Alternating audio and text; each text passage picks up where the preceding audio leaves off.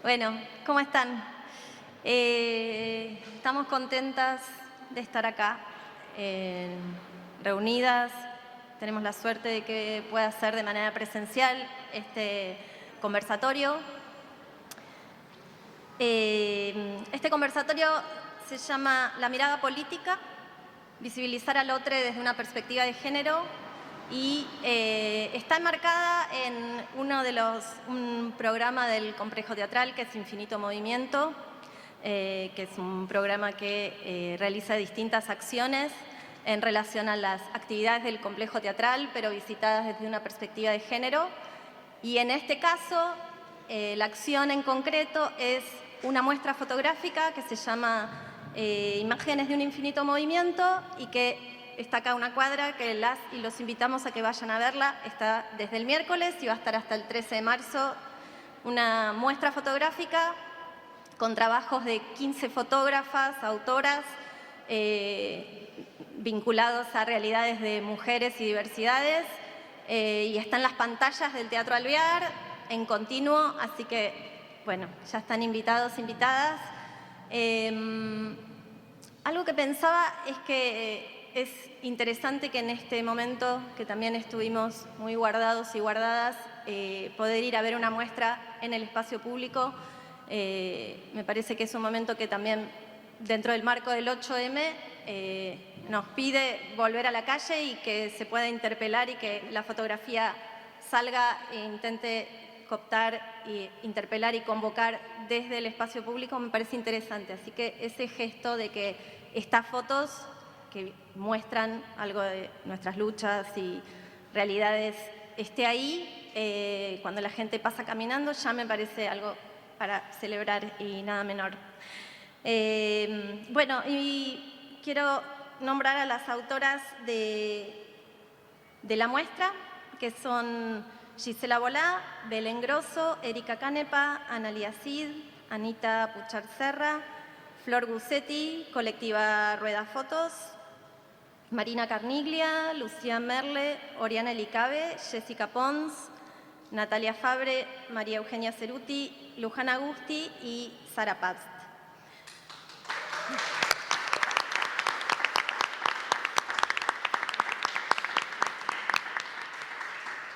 Bueno, y acá estamos con 3 de estas autoras, enormes fotógrafas, referentes, autoras, que son Lucía Merle, María Eugenia Ceruti y Gisela Bolá. Yo agradezco, soy Jazmín Tesone, que me hayan invitado a conversar con ellas. Voy a leer un paso muy reducido por sus biografías para presentarlas. Lucía Merle, fotoperiodista y editora de fotografía en el diario Clarín, docente en Argra Escuela, en el Círculo de Periodismo Deportivo y en TEA. Desde el 2020 forma parte de la coordinación de la Comisión de Géneros de Argra. En el año 2021 recibió el premio Lola Mora en la categoría Fotoperiodismo por la labor en la promoción de los derechos de las mujeres dentro de los medios de comunicación. Gisela Bolá, fotógrafa, docente, curadora y gestora cultural, estudió cine y periodismo documental. Como fotógrafa trabaja en colectivo desde hace 15 años en Cooperativa Sub y Beast Projects desde Argentina hacia Latinoamérica. Como docente imparte clases en EFTI España, MUF Montevideo, y coordina el espacio de aprendizaje Sub, plataforma educativa. Como curadora realizó las muestras colectivas Familia, Modelo para Desarmar, Borrador de un cuerpo intervenido, Tejiendo redes, ciclo de charla autoras, conversaciones con fotógrafas. Y actualmente se encuentra realizando una película documental coautoral con las fotos que se exponen en el marco de esta charla. María Eugenia Ceruti, fotógrafa, docente e investigadora, estudió Ciencias de la Comunicación en la UBA, autora de los libros 132.000 volts, El caso Espeleta, Kirchner Fotografías 2003-2010 y Con toda la muerte al aire. Sus exploraciones giran en torno a la memoria y los archivos. Es ganadora del premio Fundación Nuevo Periodismo Iberoamericano en 2008. Trabajó en el diario Clarín desde 1998 hasta 2016 y actualmente trabaja como fotógrafa en la Secretaría de Prensa de Comunicación de la Nación. Bueno, 3 de sus trabajos están son parte de la muestra que tenemos acá, una cuadra, y me gustaría que arranquemos por preguntarles un poco a cada una cómo fue el acercamiento al tema, cómo fue el abordaje desde lo visual, el interés, cada una en su trabajo, en estos trabajos. ¿Arrancás? Bueno, hola, gracias a todos, todas y todos por venir. Gracias, Iru, por la invitación, y al Teatro San Martín. Yo siempre celebro estos espacios donde podamos visibilizarnos, visibilizar nuestro trabajo y nuestras voces. Me parece que es sumamente importante, así que siempre está bueno participar. Gracias por este espacio. Y quiero agradecer a Gabriela Mancilla, la mamá de Luana, que vino también a ver las fotos y a escuchar. Creo que es la primera vez que va a escuchar cómo fue para mí abordar este tema. Y bueno, mi trabajo es sobre Luana. Luana es la primera niña trans en obtener su DNI con su identidad de género autopercibida, mucho antes de que existiera la ley. Y bueno, gracias a la lucha de su mamá y de ella, consiguieron ese DNI. Hay una película que recomiendo ver donde cuenta cómo es todo este camino y este proceso, porque tener un DNI tampoco te abre las puertas, ni te garantiza, ni te salva de nada. Es un paso sumamente importante, pero bueno, todavía muchas veces las leyes llegan y la sociedad está como un poquito atrás, ¿no?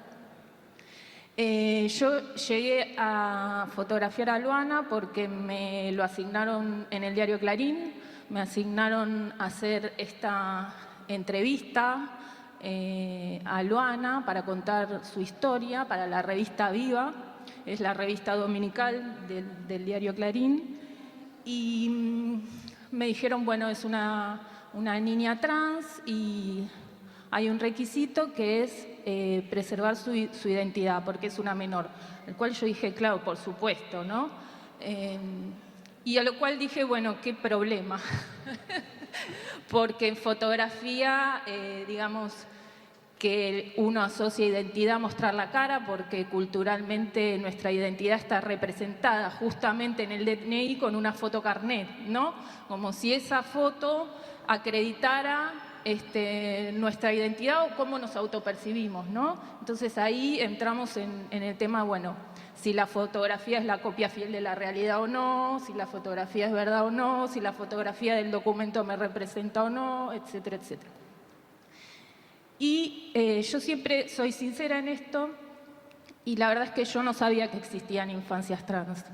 Esto fue hace 5 años que hice este reportaje. No sabía que existían infancias trans, entonces me avisaron un martes y yo iba a la casa de Luana el jueves.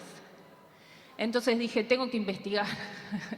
Tengo que investigar cómo se fotografió, cómo se trató visualmente este tema. Tiene que haber material. Bueno, encontré en Netflix algunos documentales que después dio la casualidad que fueron también documentales que Gabriela, como que a Gabriela también le abrieron como una puerta, ¿no? hacia este mundo, hacia estas infancias.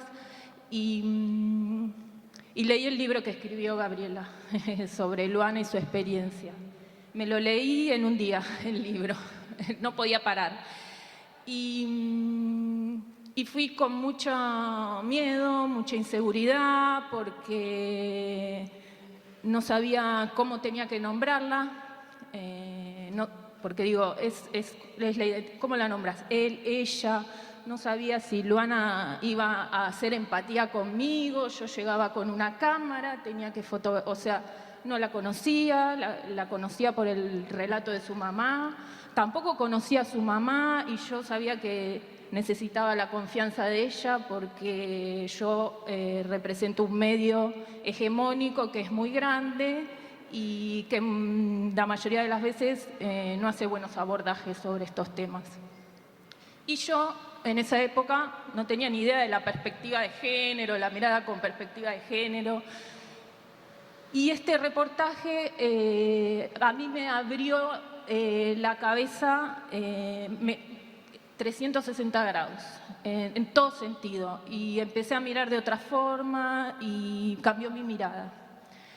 Y bueno, obviamente hubo empatía con Luana porque es una genia, la tiene re claro quién es, lo que quiere, cómo se quiere mostrar, cómo no, o sea, y la verdad es que Gabriela confió en que las fotos que yo iba a poner en circulación eran fotos donde preservara la identidad de la niña, porque digo, yo tengo fotos que se las he mandado a Gabriela donde se la ve a Luana y esas fotos nunca han circulado por ningún lado.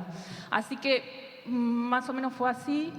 Todavía siento que tengo que aprender muchísimo, que tengo más preguntas que respuestas. Y bueno, creo que quedó un trabajo que muestra las infancias, ¿no? Las infancias.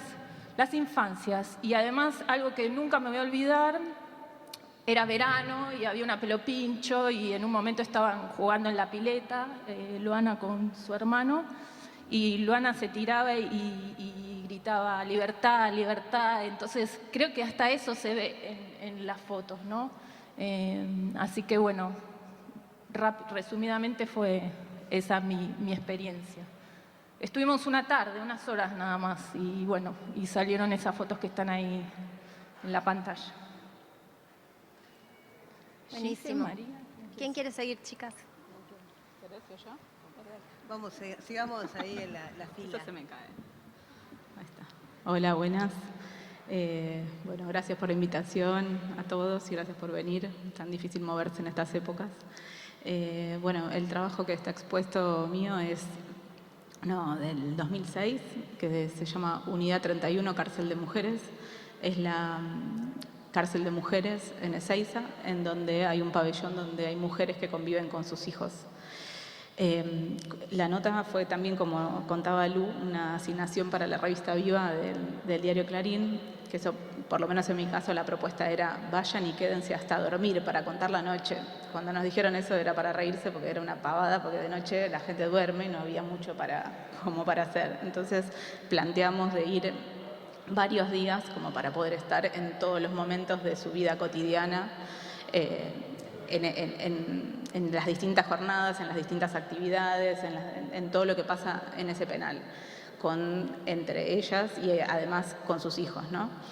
El primer día cuando fui me encontré con la misma limitación, un poco que era, bueno, sí, pueden estar, hagan relativamente lo que quieran, también teniendo en cuenta que en ese momento todavía esa era una cárcel modelo, entonces por eso también dejaban entrar un medio, ¿no? Cosa que no es menor eso, como para tenerlo en cuenta. Y entonces ahí, como con todo el entusiasmo para empezar a fotografiar, la primera cuestión, bueno, pueden hacer lo que quieran, pero no se pueden mostrar las caras de nadie porque todas pueden tener están en proceso judicial y pueden tener problemas. Yo me quería dar vuelta e irme a mi casa porque era como que limitación muy dura. De hecho, siempre me pasa cuando me dijeron de ir a hacer ese laburo que tenía muy presente el trabajo de Adriana Lestido sobre las mujeres presas. Entonces era como un referente importante como para... o sea, sí o sí es un referente, digamos, que después qué es lo que uno hace a partir de un referente, eso ya, bueno, depende de cada una, cómo se enfrenta a esa situación, digamos. Con ese material yo quería, bueno, tratar de hacer justamente algo muy diferente, porque si no, si nos seguimos copiando o seguimos como... ¿cómo decirlo? Sí, o imitando, copiando, no sé, como que la tradición de la fotografía documental va siempre para hacia un lado, me parecía como que era, bueno, no puedo, o sea, tengo que encontrar la otra manera, y a la vez esa restricción fue lo que me permitió de poder ir por un lado un poco diferente. Así que bueno, el primer día volví al diario con todo ese material, había hecho 1 millón de fotos que no servía nada, porque claro, yo tenía un mareo importante de cómo resolver, como esa imposibilidad, y después le fui encontrando la mano, realmente fui encontrando y viendo y también pudiendo como encontrarme con ellas y conversar y charlar y pensar, bueno, y conocer un poco sus historias, digamos, como bajar la ansiedad por las imágenes y conocer un poco las historias para después, a partir de ahí, que sea una relación más horizontal, ¿no? Porque siempre, como por lo menos a mí siempre me pasó mucho que con la cosa de el fotógrafo, y lo digo a propósito del fotógrafo porque hay como la mayoría de los fotógrafos documentales son hombres, tienen esa cosa de como de ir, y yo te digo cómo son las cosas, en el resultado sobre todo de sus proyectos. Entonces, no sé, siempre lo tengo como algo que me habla, que es cómo hacer para correrse una en la producción de ese mandato y de esa voz que tira bastante para ese lado.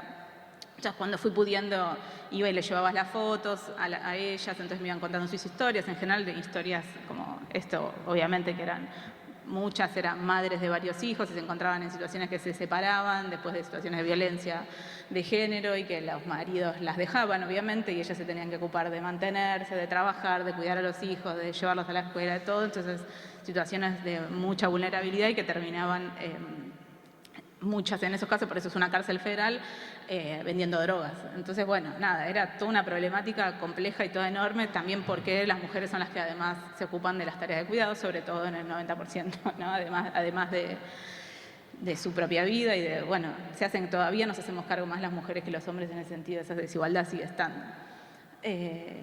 Así que, bueno, nada, cada día iba y llevaba las fotos, entonces íbamos encontrando como la manera de encontrar un vínculo y de poder como que esperaba que ellas me dijeran vení y estaba.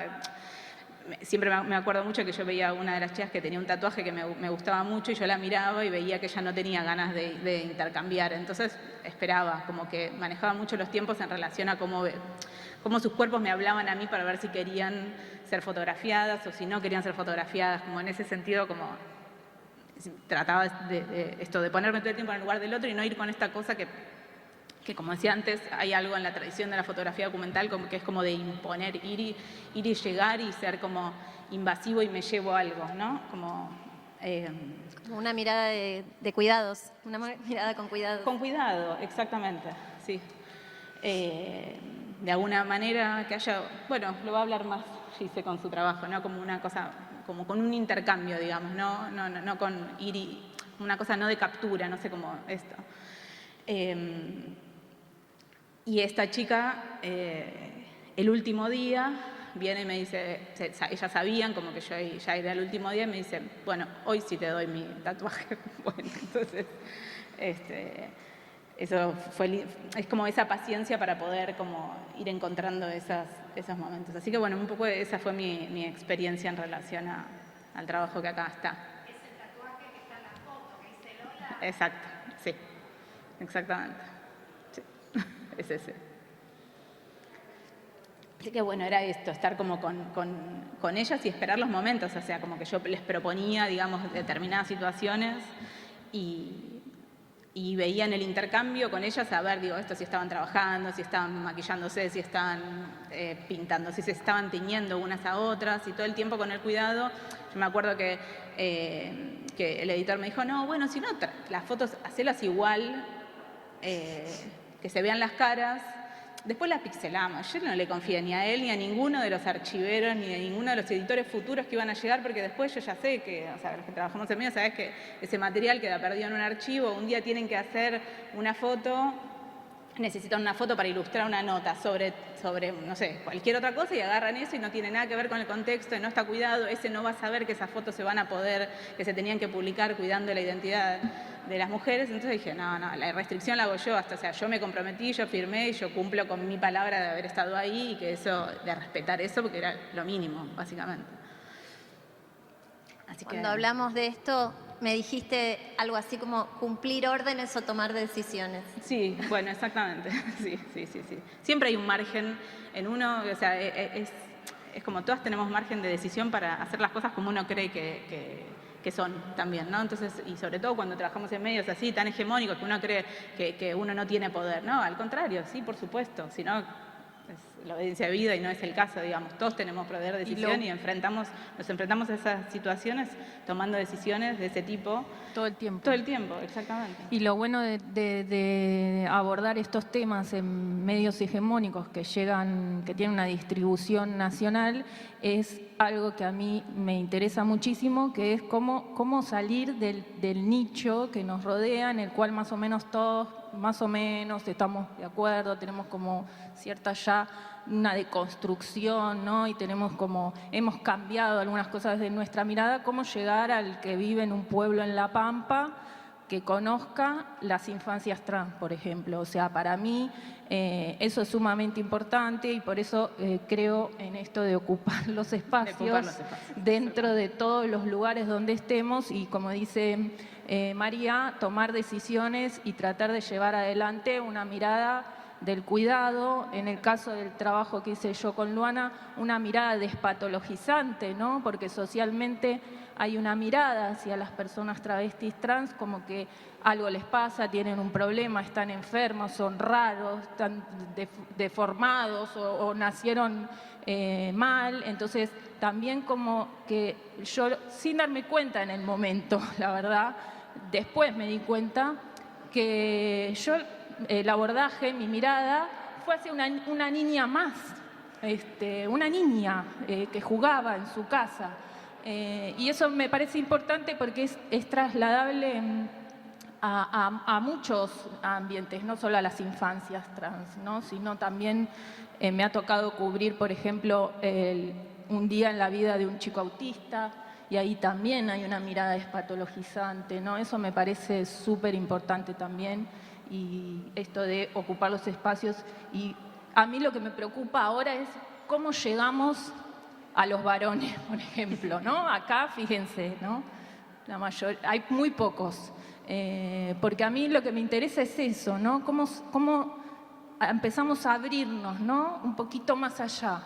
Yo todavía no sé, lo intento, pero bueno, todavía no me sale, pero bueno, creo que hay que empezar también acá a charlar entre nosotras, nosotres, cómo empezamos como a romper ese cascarón, ¿no? Un poco salgamos del closet, ¿no? Del closet del feminismo, compartamos nuestra experiencia, nuestro conocimiento, ¿no? Nada, si no caemos en la cancelación, ¿no? Que tampoco es bueno. Bueno, pobre Gise. Dale. No, Agarraste igual. Pobre no, tocaste yo un montón de pasando bárbaro temas. escuchándola. Lu, ahora agarramos Lo todo de único vuelta. lo único que voy a decir, la verdad, me cuesta escuchar. Hay mucho eco. Sí, hay mucho eco. Y yo sé que el sonidista me va a odiar, pero quería ver si podía sacar el micrófono para... ¿Se puede hacer eso? ¿Se puede? Sí, genial. A ver, si por ahí hago... Bueno, no...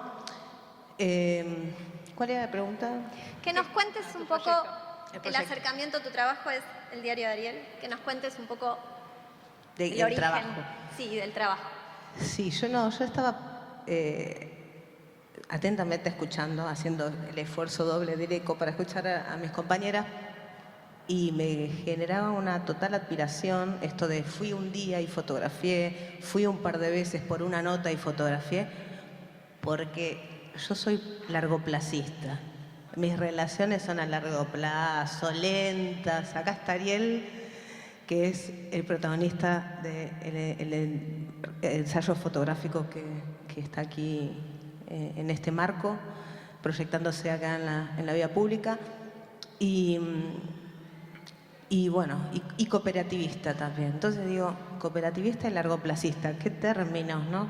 ¿Cómo empiezo a contar por qué hice este trabajo? Bueno, creo que hay un devenir de cómo hice este trabajo en realidad. Nadie me mandó, fui solita, me fue llevando el camino, la vida, y creo que la mejor, quizás manera más clara que tengo de contar por qué llegué a hacer, estoy haciendo en coautoría con Ariel, el diario de Ariel, es porque durante 15 años vengo trabajando de manera colectiva. Hemos hablado de la generación y formo yo también parte de una generación de fotógrafas que nos criamos y nos educamos fotográficamente en espacios agenciados por hombres. En mi caso cooperativo, yo al menos pude elegir quiénes eran esos hombres, ¿no? Mis compañeros. Elegí meterme sola también a ese grupo y aprendí mucho del trabajo colectivo, y ese fue mi recorrido, mi devenir, mi formación, mi escuela. Pero siempre trabajando desde profesionales o gente que se estaba formando hacia quienes estaban detrás de la cámara. Entonces esa colectividad pasaba desde el lugar de la creación para mirar a ese otro mundo, a ese otro universo que se daba del otro lado. Sin necesariamente ser una objetivación, sino porque, bueno, la cooperativa se llama sub, ¿no? Y viene de la subjetividad, entre una de los tantos términos en los que se piensan sub. Surrealista, subversivo, subjetivo, por supuesto. Y creímos fervientemente en el documentalismo subjetivo, en la mirada subjetiva y en nuestra propia subjetividad también, de cómo construimos esas historias. Y en medio de todo ese camino y recorrido de hacer historias mirando otros mundos, de alguna manera, a lo largo del tiempo, de manera casi inconsciente, me di cuenta que siempre hacía un espacio para mirar lo que desde mi fuero más íntimo me estaba sucediendo, y ahí empezaron a nacer trabajos más personales, más preguntándome, sobre todo el primero apareció cuando fui madre. Entonces, la pregunta sobre el deseo, sobre dónde había dejado esa que yo era y qué tipo de construcción de mujer quería ser, porque la verdad es que me sentía muy lejana a los estereotipos de mujer madre, ¿no? No me identificaba con el rol, no me identificaba con el estereotipo, y ya no estoy hablando de la identidad, sino estoy hablando de los vínculos sociales. Y eso ya a mí me resultaba incómodo en esa autopercepción desde la maternidad. Y hice este primer trabajo que se llamó Deseos, donde viajé a varios lados a preguntarle a las mujeres básicamente cuál era su deseo, quizás intentando ver cuál era el mío, ¿no? Después vinieron nuestros trabajos, Quinceañera, Gilda, Estadio Paraíso y tal, pero siempre mirado desde un abordaje bueno, en busca del espejo que yo estaba buscando, ¿no? De esas otras femineidades que yo estaba buscando. Y poco a poco, nada, creo que me fui desprendiendo de eso gracias a los encuentros de mujeres, gracias a los debates con compañeras, gracias a un feminismo todavía en ese momento encorsetado, en el closet, donde pronunciarse feminista era símbolo de quilombera, de bardera, de armar lío, de generar disputa, de tal. Y creo que ahí lo que me pasó fue empezar a entender que la identidad es una construcción que también se mueve, o al menos la de la mujer, desde donde yo, ¿no? Que es móvil, que puede ser flexible, como muchas otras cosas, como las parejas, como el amor, como de una manera muy intuitiva. Realmente no trato de buscar conceptos académicos, sino de una manera de atravesar, de vivir la vida y la fotografía, ¿no? A través de la fotografía.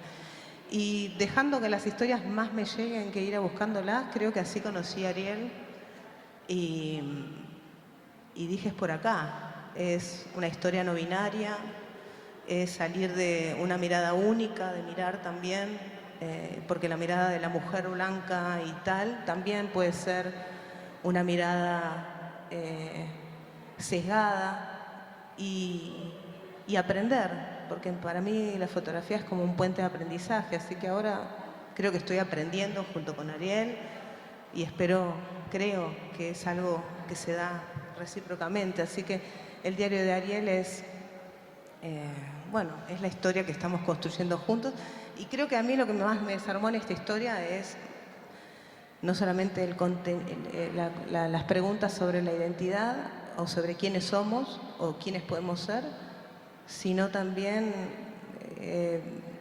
creo que rompí yo misma como fotógrafa un paradigma de dejar de que la cámara mire hacia un solo lugar y la cámara empiece a girar, porque la coautoría nunca la había hecho con quien estaba del otro lado de la cámara.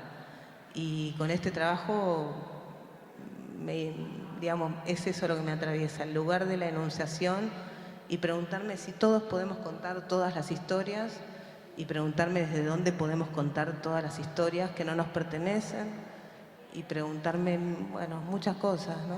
Pero creo que en este trabajo prácticamente lo que estoy haciendo es aprender. Y ya vamos 3 años y vamos de maneras intermitentes, a veces más fuerte trabajando. Lo que ven ahora en este marco son fotografías, pero estamos haciendo un documental, es un audiovisual, Y bueno, ahí estamos, también aprendiendo a la imagen en movimiento. En esto que decís me parece que es algo que discutimos todo el tiempo, ¿no? Como que la clave es cómo contamos, como la pregunta en relación a cómo contamos. Me parecía interesante que problematicemos, además ya que es una palabra que está dentro del nombre de este conversatorio, que problematicemos el concepto de qué es visibilizar, que me parece que, digamos, sumado a esta mirada de cuidados o con perspectiva de género, nos hace preguntar siempre, bueno, ¿qué mostramos? Nosotras que trabajamos con lo visual, ¿no? ¿Qué es dar a ver, y sobre todo aparte en una época donde el consumo y la producción de imágenes es absoluta?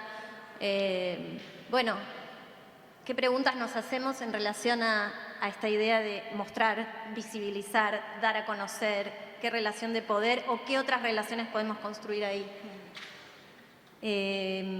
No sé, me parece que es una palabra que tiene asociadas un montón de ideas, que las pongamos un poquito acá, que nos preguntemos por qué es visibilizar, ¿no? O desde dónde intentamos hacerlo nosotras en nuestras prácticas.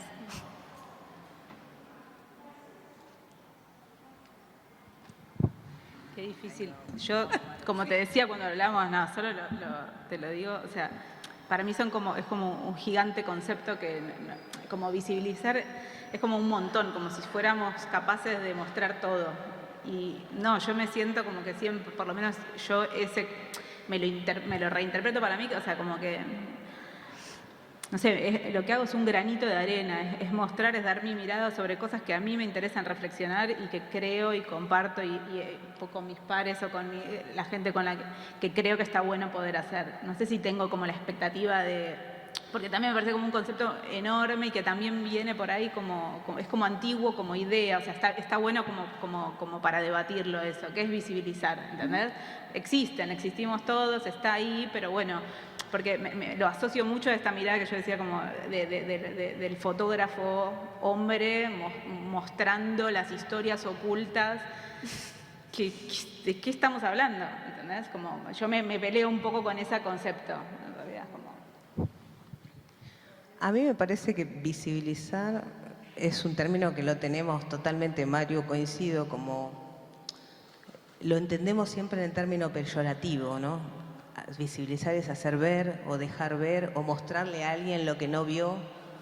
Pero a mí me parece que me parece más interesante pensar que visibilizar también puede ser, además de todo eso, que es verdad, que es peyorativo y es súper cuestionable, es decir, vamos a poner sobre la mesa cosas y problematizarlas, ¿no? Si visibilizar es algo superficial, no le sirve a nadie. Y si visibilizar es agarrar la voz de otra persona y ponértela en tus propios hombros para ser más guapa o más guapo o más guape, tampoco sirve mucho. El tema es si problematizamos algo, puede ser muy interesante, porque estamos hablando de algo que en estas épocas, que además es súper fugaz, superficial, líquida, ¿no? Como que las imágenes se evaporan en nuestros ojos, delante de nuestros ojos. Creo que problematizar puede ser una mejor manera de visibilizar cosas o de dejar ver cosas o poner a la vista cosas que se esconden o que es mejor no verlas.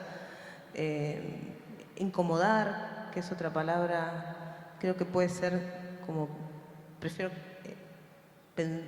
mirarle ese costado a la palabra visibilizar, porque si no, sí tiene una connotación. Visibilizar al otro, alzar la voz de los que no tienen voz. Yo creo que todas esas frases que tratan sobre, de alguna manera, hay un extractivismo ahí, ¿no? Como de sacarle al otro y ponerme.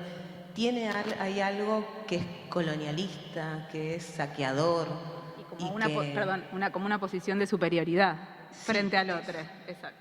Un lugar jerárquico de la mirada. Y seguramente que la hay, totalmente que la hay, porque hay personas que pueden mostrar más que otras personas, que tienen más canales de difusión que otras, seguramente. Por eso creo que es muy interesante discutir el término de visibilizar para los fotógrafos, porque lo que hacemos, o sobre todo creo que la prensa o quienes trabajamos o trabajan en medios de comunicación, pareciera que fuera la responsabilidad visibilizar, ¿no? Entonces, capaz que esto hay que discutirlo con los editores de los diarios, ¿no? Como con la gente que produce en función de una mirada mercantil, no sé, pienso eso. Y aparte en época, como con el tema de las redes, muchas veces la decisión justamente es no mostrar, no visibilizar. En este momento, ¿no? Con relación al tema de las responsabilidades y la toma de decisiones.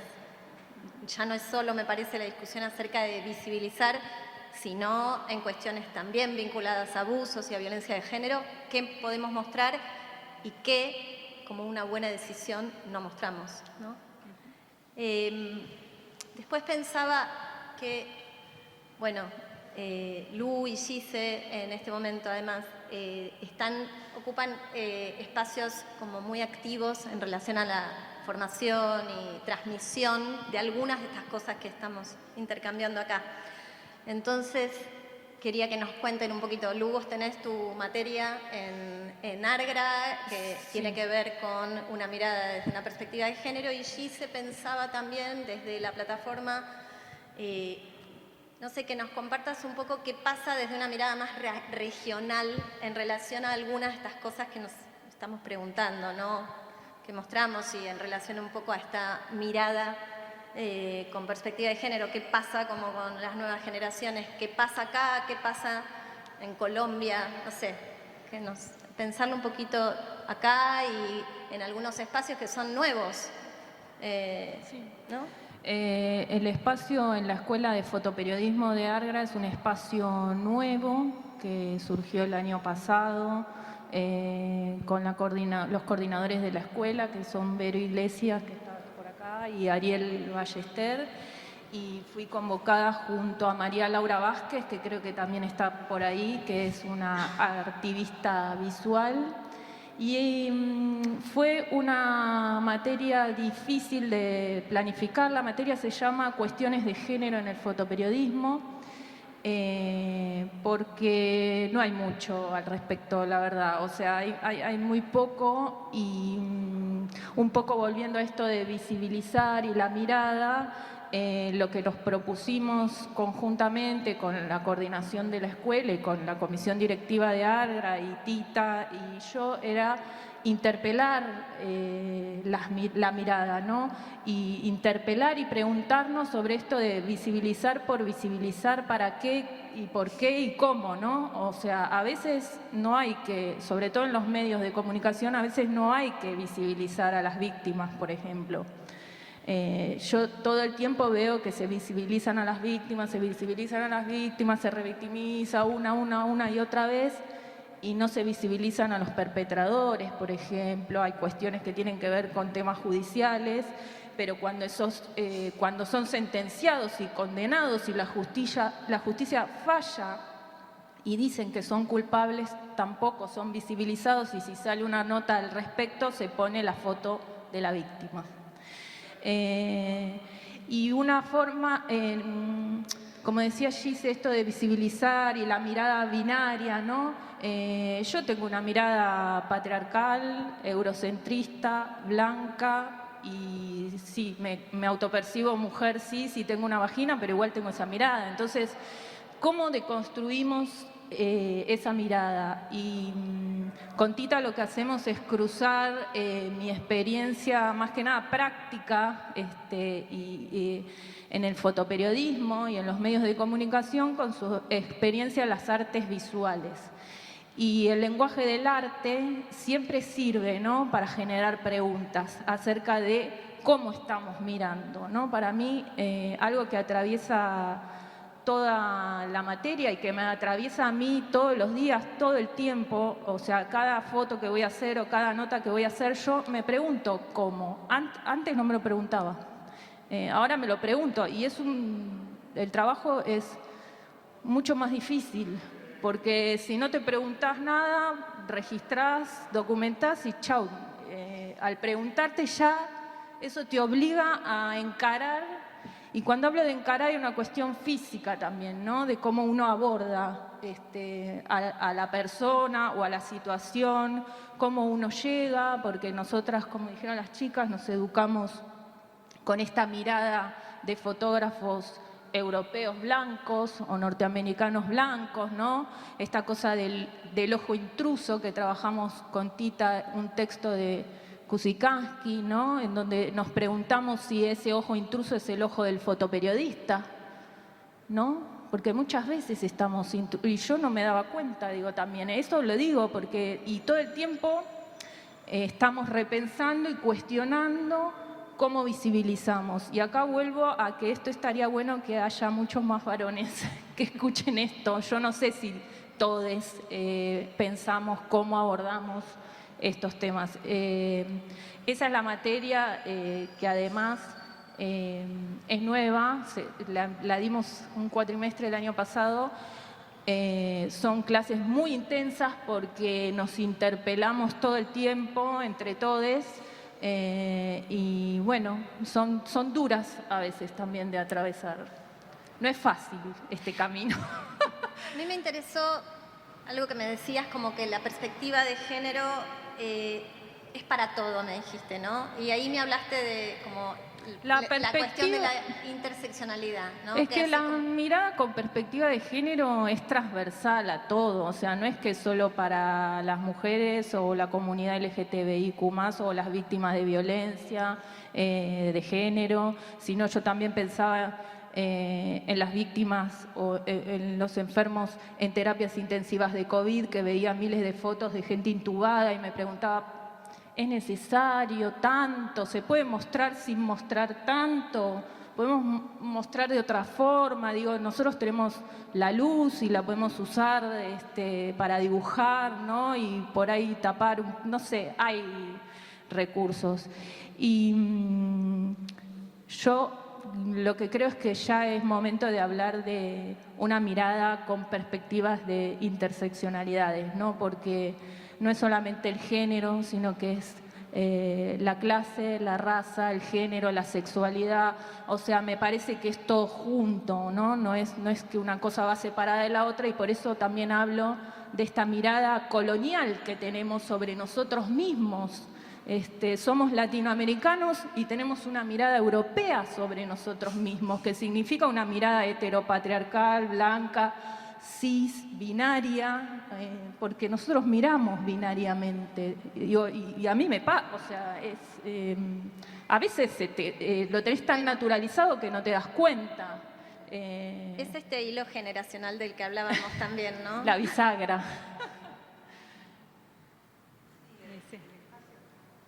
Uy, lo rompí. Ah, no. En espacios de formación, bueno, nosotros pensamos que nos seguimos dando latigazos de la generación de la donde venimos, ¿no? Bueno, sí, venimos de una cultura machista, fotografía y en todos los ambientes. Hoy hablábamos de que no, que hay algo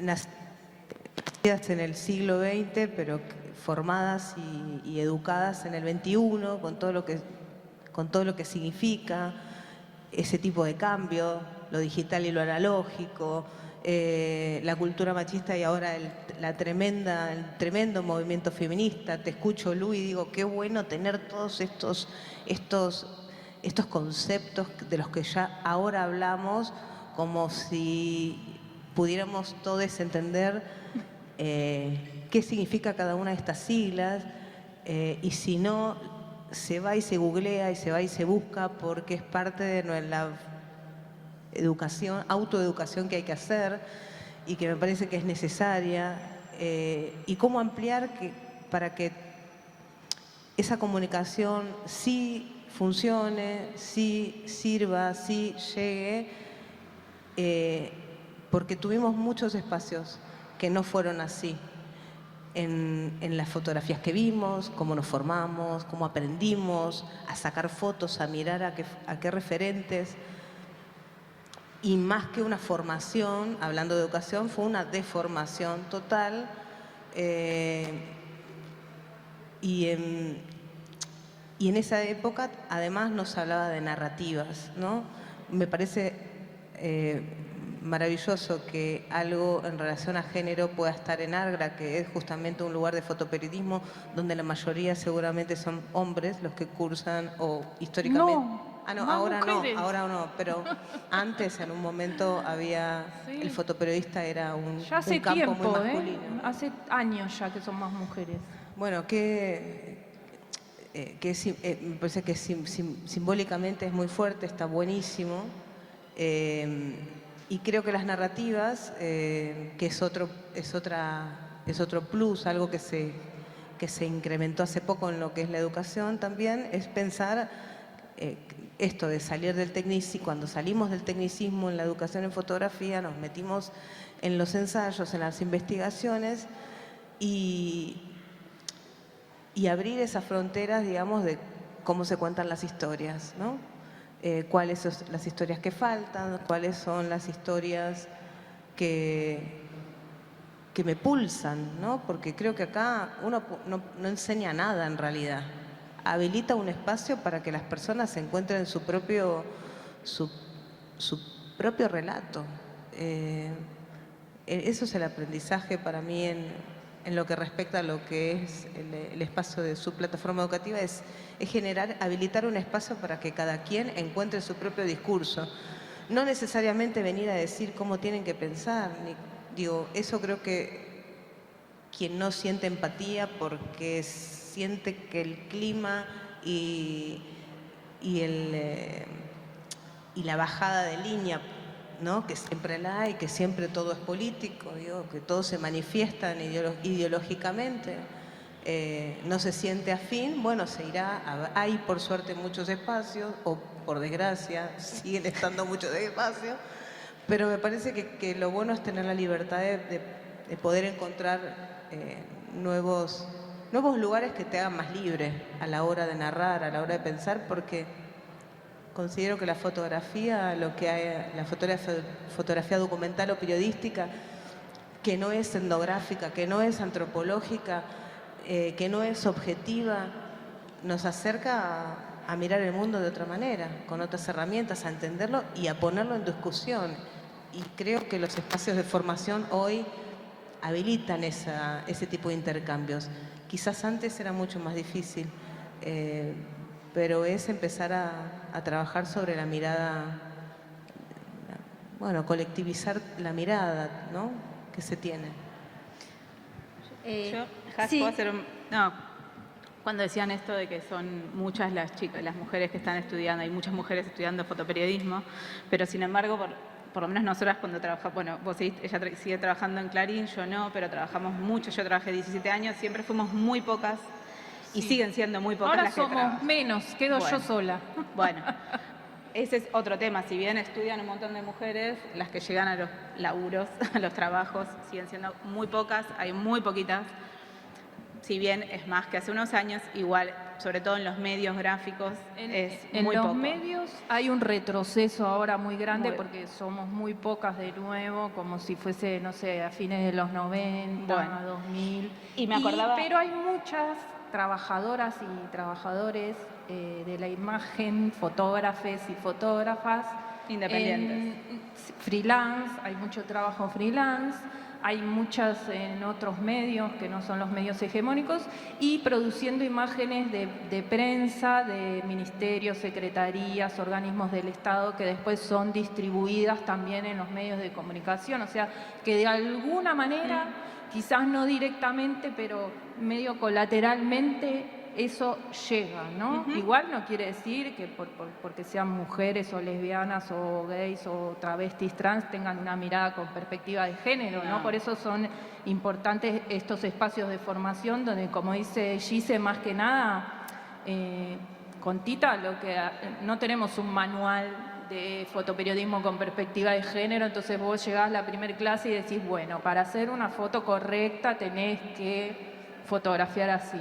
No, solo tenemos un montón de preguntas y tratamos de entre todos construir nuevas herramientas que quizás nos sirven para un momento y que por ahí mañana no nos sirven más y ya las tenemos que volver a cuestionar y a poner en discusión y en tensión, y es dinámico, porque el feminismo es un movimiento y es dinámico, y porque el patriarcado y el capitalismo todo el tiempo se regenera y muchas veces toma lo que nosotros avanzamos y lo reconvierte y vuelve, ¿no? Entonces, como que nosotros nunca descansamos, chicas. Todo el tiempo estamos en movimiento. Y con respecto a esto, quería contarles una anécdota. Yo me acuerdo, durante todos esos años que trabajé en Clarín, me acuerdo que mi editor, cuando había un tema sensible, era: María, ¿podés ir vos? Porque está la historia de esta mujer que le mataron a los hijos. ¿Podés ir vos que la vas a tratar bien? O sea, eso es algo que está mal. O sea, si bien es verdad, porque bueno, nosotras estamos educadas para ser más sensibles culturalmente, nos permitimos y nos cuestionamos, y nos hacemos otro tipo de preguntas y vamos a ir a un lugar y vamos a conversar, o sea, pero estoy segura que hay un montón de varones que son capaces también, pero no se lo permite la cultura en la que vivimos, de poder tomar ese rol. Y claro, para un jefe es más fácil: dale, María, anda vos que lo vas a hacer bien. Y vos decís, bueno, no sé, viste, no sabía si era algo bueno, algo malo, me hacía millones de preguntas, eso. Euge, aprovechemos que estás acá, que te quería preguntar por un trabajo que no es parte de la muestra, pero que me parece que es tu último trabajo, está salidito del horno hace poco, y me parece que es súper pertinente traerlo acá, porque cruza un poco esto de... Para pasar el libro. Pero... Ah, sí. Llévalo ahí. ¿Vos me prestás Sí, acá también. Acá sí quieren circular. No, a mi hija, bueno, no importa. Era Ah, ¿para vos? No, Irupé para ella. uno solo. Dame el primero. Ahí está. Espera. No. Este. Uno Y solito. un jueguito para ella. ya está circulando ese, entonces. Está. Dale, ese también, ¿eh? Ah, ok. Sí. Yo quería No, que pensaba, Gise tocó el tema que también me parece que nos desvela bastante, que es el tema de la construcción de las narrativas. Sí. Y pienso que este trabajo que está acá, del 2006, es un abordaje, y que este último trabajo, que también es, bueno, muy pertinente para este intercambio, que cuentes un poco... porque tiene otro lenguaje visual y sobre todo, a mí me interesa, me parece que es un trabajo que toma riesgos. Así que, ¿querés contar un poquito? Un desafío muy difícil sintetizar esto. Muy sí, ya difícil. sé. Porque Te metí en un brete, pero bueno. Bueno, voy a intentar hacer la síntesis. Es un trabajo de 10 años casi, entonces, como de esto de largo aliento, como decía Gise. Yo en el 2014, cuando... conocí el Museo de la Policía Federal. Ahí hay una sala de criminalística del Museo de la Policía Federal donde hay expuestos distintos casos policiales. Yo llegué ahí por una conversación con una historiadora a través de una nota que fui a hacerle, y terminé haciendo un registro de esa sala porque la iban a modificar en su momento. Ese espacio me generó mucha atracción siempre, ¿no? Como muchas ganas de hacer algo con ese laburo, con ese espacio, y durante un montón de años no encontraba qué era lo que tenía que hacer, porque lo tenía, lo imprimía, lo miraba, y siempre me hacía, un millón de preguntas de qué hacer, cómo darle un abordaje que no sea solamente un proyecto sobre el museo, digamos, ¿no? Como que era algo más que eso. Creo que coincidió con mi historia personal en esos momentos. Un par de años después, ya mi hija adolescente, me acuerdo que me costaba como un poco esto de que fuera adolescente y que circulara por la calle, y el miedo que les pase algo, ¿no? Entonces eso me generó bastante como preguntas en relación a qué hacer con esto que pasa hoy, de los femicidios básicamente, en realidad, ¿no? De cómo convivir, no se acuerdan el caso de Lola Chomnales, era muy amiga de mi sobrina, y me acuerdo de ellas.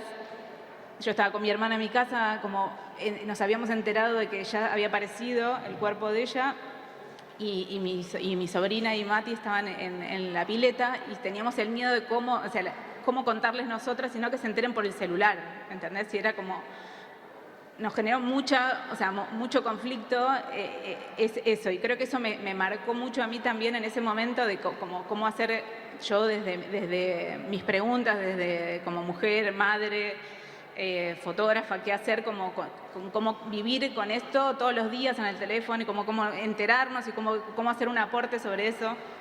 Y yo tenía todo ese trabajo en el museo hasta que me empecé a preguntar qué es lo que pasaba, o sea, empecé a mirar esa sala como con perspectiva de género, que es qué pasaba con las mujeres que estaban ahí expuestas en esa sala.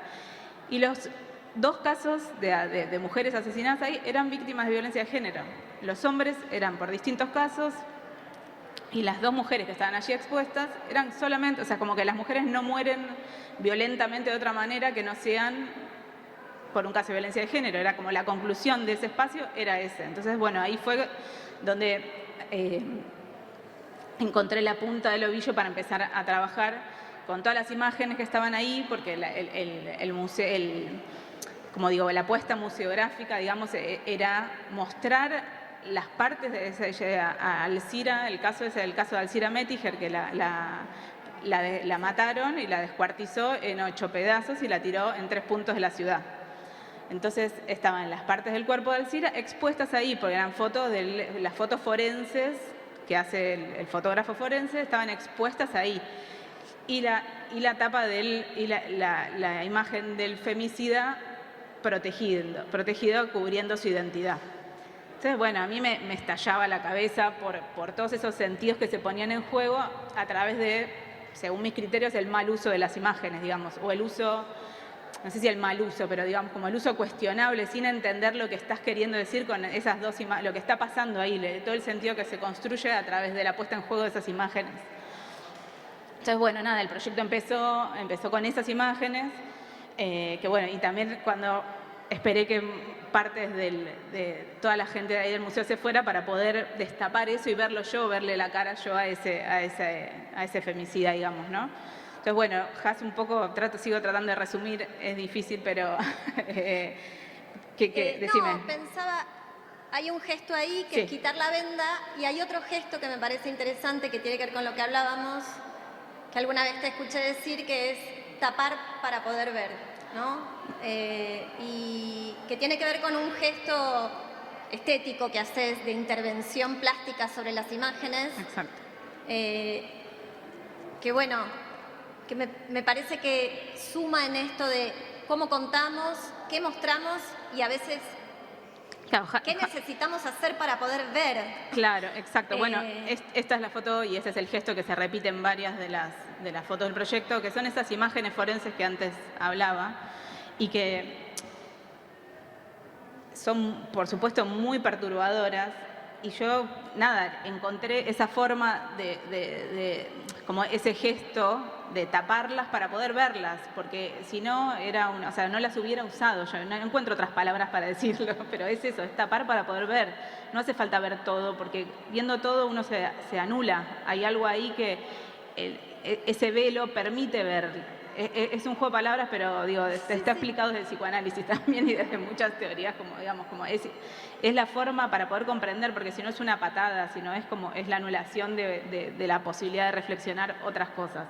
Entonces, bueno, eso es como fue, y cuando vos me decías, digo, eso es una de las cosas importantes que fui encontrándole para contar un caso, o sea, de algo que pasa por desgracia todo el tiempo, todo el tiempo está pasando, pero para ir a un caso histórico, para ver el presente también. Me parece como que eso era lo interesante como de poder reflexionar, e irnos a un caso de hace 65 años para poder pensar el hoy y de dónde venimos y cuáles son los discursos que nos permiten, que nos hicieron llegar a hoy. Digo, y son los mismos discursos que siguen vigentes y en realidad también, digo, vos decías, bueno, como que tomé ciertos riesgos, ella lo dice sobre todo porque en que es como el segundo libro, publicamos el asesino como un método fue un caso mediático muy importante en la época, entonces como para el tipo como hacerse, para conquistar a los lectores, porque era un caso que todos los días se publicaban, terminó escribiendo un libro sobre la historia de amor de ellos, Entonces es un libro que lo publicó y se vendía en los kioscos de diarios. Y el libro se llamaba Yo no maté a Alcira. Y en realidad lo que hacía era contar su historia de amor, dar cuenta que ella se había convertido en una mala mujer y que, bueno, no le quedó otra que matarla porque lo hacía sentir como un infeliz. Entonces, y ese lo editamos, está publicado completamente ahí el libro, porque es un discurso, o sea, muchas veces me veo esto con ella, con amigas, con todo, bueno, ¿por qué volver a publicar? Porque es un discurso que está vigente y que hace falta, que es un libro, esto no es un libro para mujeres, es un libro para hombres también, sobre todo, porque ese discurso está vigente y hace falta que se deconstruya. Entonces eso me parecía a mí como un aporte a eso. Digo, ¿por qué tomar ese riesgo de poner la voz de un asesino? Porque sigue estando en las calles. Es un discurso que está vigente y que muchos varones hacen empatía. Entonces, creo que en ese libro el juego de ese discurso del femicida con las fotos de museo de María Eugenia, es como que ahí es donde yo digo, bueno, ahí te hace pensar, ¿no? Ahí está la tensión, ahí está la pregunta. Lo mismo que el gesto que hace de tapar esas fotos. Ella encuentra una manera de mostrar sin revictimizar. Y bueno, es una herramienta que ella encontró, o sea, ven, hay herramientas que podemos utilizar, lo que yo decía también, ¿no? De usar las sombras, las luces, digo, en ese sentido rescato como algunas herramientas que nos pueden servir cuando salimos a fotografiar o trabajar. No quiere decir que nos sirva para todo, ¿no? Pero me parece que ella, después de 10 años y de mucho trabajo y de mucha investigación, yo he investigado también en el diario, logró como ciertos gestos que me parece que lo que generan es esto de la pregunta, la atención, porque es la única forma de construirnos, ¿no? No es con un manual, es con la duda, con la pregunta, con el admitir, no sé. Bueno, pero ahora abrimos un poco el no sé afuera. ¿Alguien quiere aprovechar, preguntar, consultar algo? No, hay micrófono, tenemos un ratito para abrir la conversación. ¿Querés?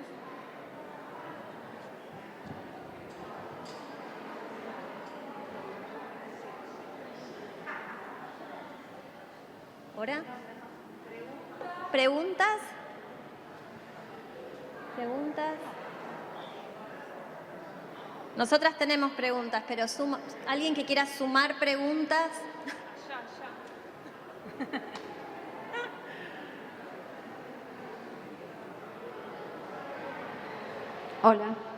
Hola, buenas tardes. No, más que pregunta es como un aporte. También que nos invite a pensar cómo hemos sido representadas a lo largo de la historia de la cultura, las mujeres y las disidencias. Y que siempre, o sea, no es que no hemos sido representadas, sino que hemos sido representadas y siempre por varones, generalmente exotizadas, objetizadas, ¿no? Y eso es un poco una referencia anterior que con Lula trabajamos en Agra y trabajamos no solamente en Agra, digo, es como una pregunta que me parece que es interesante a la hora de pensarnos como hacedoras de imágenes, como fotógrafas, como realizadoras, como cineastas, ¿no? Como pensar en un anterior, ¿no? Como pensar en esto que yo decía, la historia de la representación que nos antecede y que ahí tenemos un montón de recursos para poder deconstruir, como decían, ¿no? Esta mirada patriarcal. Yo en algún momento las escuchaba y decía, no dijeron la palabra patriarcado, no dijeron hasta que después lo dijeron, porque, digo, el patriarcado es este sistema de desigualdades que nos atraviesa y que nos invade y nos lleva de desigualdades, y que veo en mis compañeras el gran esfuerzo que tenemos que hacer a la hora de, como decía Lula, ¿no? Estamos todo el tiempo pensando, estamos todo el tiempo produciendo obras, muchas veces desde una desigualdad de recursos. No es que ahora nosotras no estamos, no es que ahora nosotras no estamos representándonos, pero bajo desigualdad de condiciones, digo. Lo digo para que esperamos seguir pensando y que en futuras generaciones por ahí esto se vaya como subsanando, no sé, que sigamos tejiendo entre nosotras. Perdón por monopolizar y quiero agradecerles a las compañeras que contaron sus procesos. Me parece que eso es súper interesante para seguir deconstruyendo el patriarcado que nos atraviesa. Gracias. Gracias, muy interesante lo que planteas, porque cuando hablas de las preguntas, yo siento que siempre nos estamos haciendo preguntas, pero las preguntas no son las mismas. Hay preguntas que van cambiando, ¿no? En un momento la pregunta clave era ¿por qué la mayoría de los profesores son varones? ¿Por qué la mayoría de las personas que estudiamos son varones? ¿Por qué la mayoría de los espacios de poder y de decisiones de la cultura, el arte, la fotografía, etcétera, etcétera, son masculinos? Ahora nos estamos preguntando dónde están las voces de la disidencia, dónde están las voces de las mujeres, dónde estamos, porque queremos tomar esos espacios, como decía Lula, queremos ver, queremos reconocernos, queremos mirarnos al espejo, queremos aprender del otro, y me parece que estamos en ese momento. También dónde están los hombres, que eso es algo que, ¿no? Y quiénes son esos hombres y cómo piensas en esos hombres, y si piensan construir o si se van a quedar en una caja de zapatos viendo cómo los tiempos cambian y poniendo resistencia. Y creo que todo ese es un trabajo constante que aparece a partir de las preguntas que van cambiando y cómo podemos ahora asumir esas preguntas y transformarlas en algo que vaya tomando más forma. Pero sí, ¿dónde están esas voces? Es importante preguntarnos. ¿Alguien más? Creo que ya estamos como al borde del tiempo, pero... Hola, buenas tardes. Mi nombre es Raúl. Bueno, quería decirles que me siento contento y gratificado por haberlas escuchado, haber aprendido cómo llevan adelante su trabajo. Y como siempre veo detrás de una mujer que trabaja, veo una mujer que está luchando por eso que usted decía, por lograr que se visibilice su trabajo. Y digo esto porque tengo la suerte de tener una hija que libra una lucha dentro de una pyme que se encarga de la gente que tiene problemas para reinsertarse.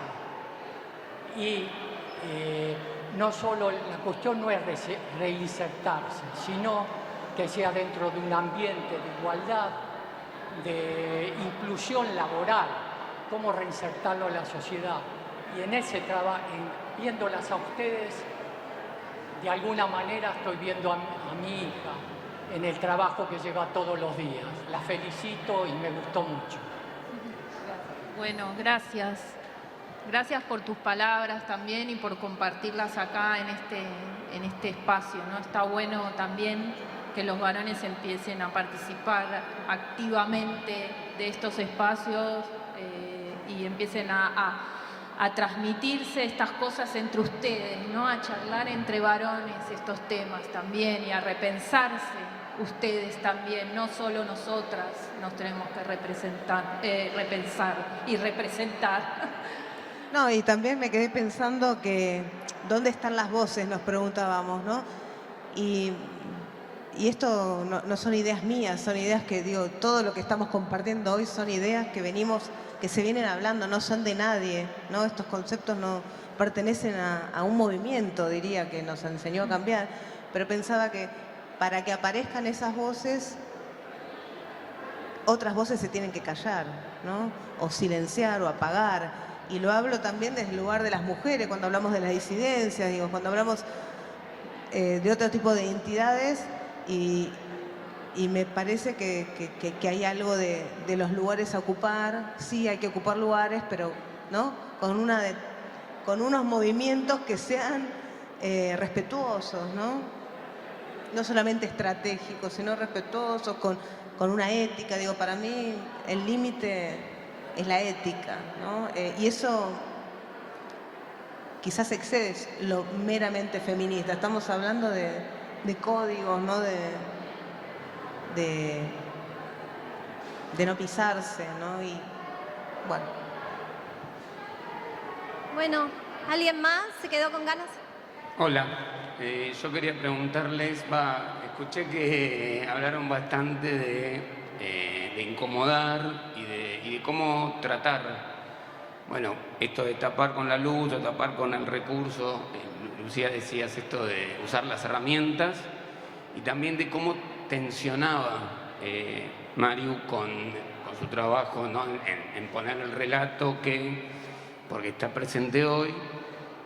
Y eso, cómo desde la comunicación visual, ¿no? Desde la imagen, cómo abordar esa incomodidad que también vos decías cuando hablabas de que era lo de visibilizar, que también es, ¿no? Cuestionar o criticar. Un lugar también muy hegemónico de la imagen, que también decían con esto de mostrar a la víctima, ¿no? O los casos que se llaman con el nombre de la víctima y no del culpable o del victimario. Bueno, hay recursos ahí, ¿no? En sus trabajos que recién hablaban, pero ¿cuál es la manera de correrse de esa hegemonía que también está dentro del discurso? Pero bajate el barbijo, que no termino de escuchar todo. Perdón, Sí, perdón, me parece que no se perdón. escucha bien de aquel lado, porque de acá se escucha. Está muy difícil escuchar. Está difícil entender. Está difícil.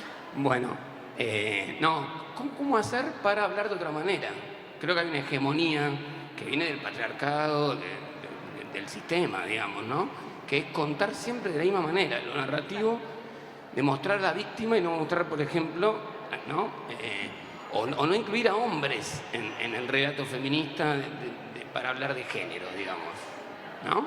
O cómo dirigirse a esos hombres, como este asesino, ¿no? A los que hoy son de esa manera, para hacerles entender, porque si no es como la izquierda y la derecha, ¿no? Si la izquierda nunca va a convencer a nadie. Esto es como similar en cuanto a, bueno, que tiene mucho que ver con esto que vos decías y también decías vos, de escuchar, de no ir más a imponer, sino a escuchar al otro, digamos, ¿no? Para entenderlo, bueno, y en el caso de los hombres que están como el que, no sé el nombre, mató al Cira, hacerlos cambiar de lugar, digamos, correrse de ese pensamiento, que bueno, no es fácil, ¿no? No. Sí, no, es que es el desafío, o sea, digo, no solo cómo contar historias, sino cómo contarlas de forma distinta. O sea, no tengo para decirte lo de la teoría, pero es lo que me pregunto todo el tiempo en mi hacer, sobre todo esto autoral, de cómo hacer para correrse de lo preestablecido, porque si no todos vamos siempre para el mismo lado, ¿entendés? Desde cómo nos enseñaron, de cómo son las cosas, de cuáles son las cosas que están legitimadas, de todo eso. Entonces, como todo el tiempo cómo hacer un corrimiento para que sea más interesante y poner en cuestión, y también uno arriesgarse a que las cosas no sean políticamente correctas. A mí cada vez me interesa menos lo políticamente correcto, porque me parece que es todo el tiempo más de lo mismo y nos terminamos hablando nosotros entre nosotros mismos.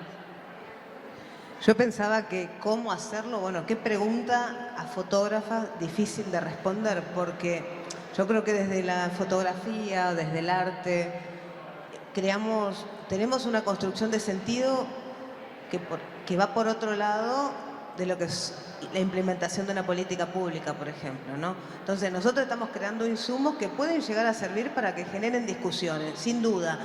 Yo cuando veía el libro, pensaba ahora, cuando veo tu libro, Mariu, donde lo que vemos es como entrar a una ficción para entrar a un thriller psicológico en la mente de un asesino y un femicida, en este caso, es claramente una visión que desde el documentalismo nunca se partió, siempre se mostró a la víctima.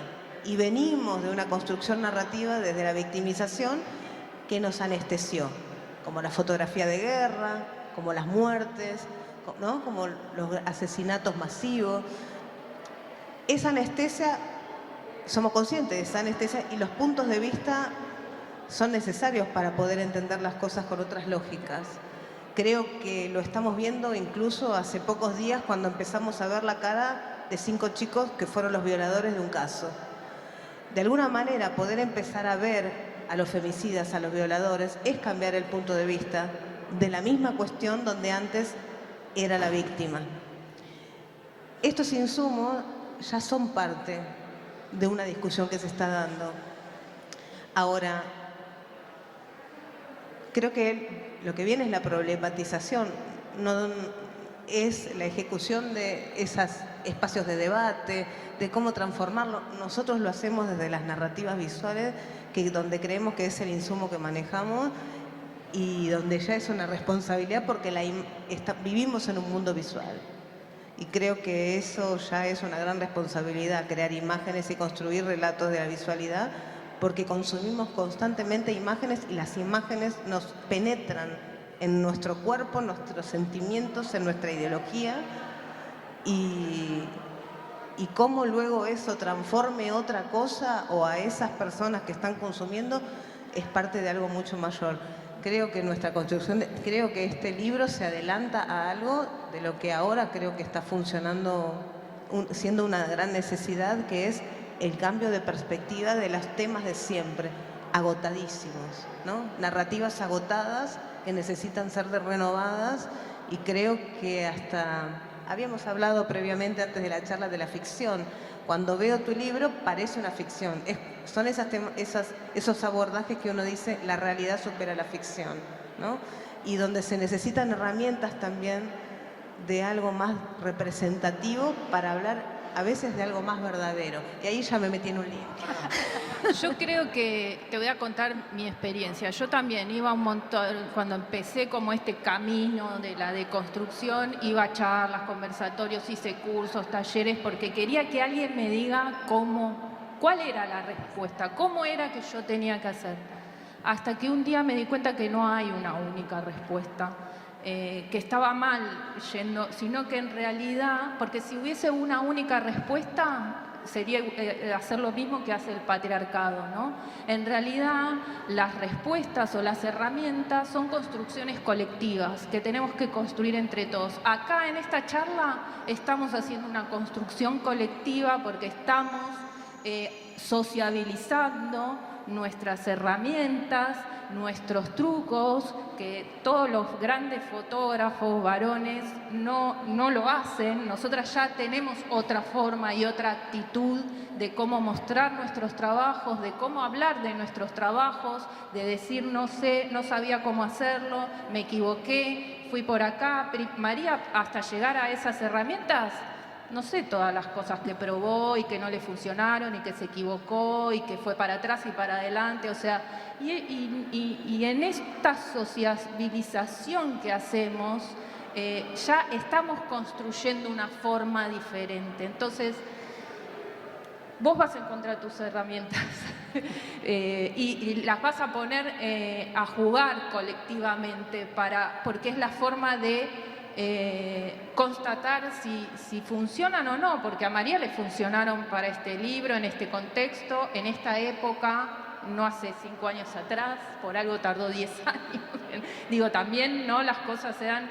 Y que quizás, a mí me ha pasado de hacer fotos hace 7 años atrás, que ahora las veo y no las haría. Yo fui ¿se acuerdan cuando fue lo de Lugo, que le saltaron el presidente paraguayo que tenía no sé cuántos hijos? Bueno, fuimos a hacer embarazo adolescente a Paraguay, yo me metí en una maternidad, fotografía de las nenas que habían parido, o sea, un montón de fotos que yo las veo ahora, las hice hace 10, 15 años. Y yo ahora haría otras, pero bueno, en ese momento tenía esos recursos y esas herramientas. Digo, también está bueno tener esta capacidad de decir, bueno, sí, yo hice cosas que hoy en día están mal, o que hoy en día no haría, o que hoy en día serían cuestionadas. pero no las oculto ni reniego como hacen algunos, sino que las pongo en discusión y para que entre todos veamos qué sacamos de esas experiencias. Para mí es re importante la experiencia práctica. Es que sí, el cambio es colectivo.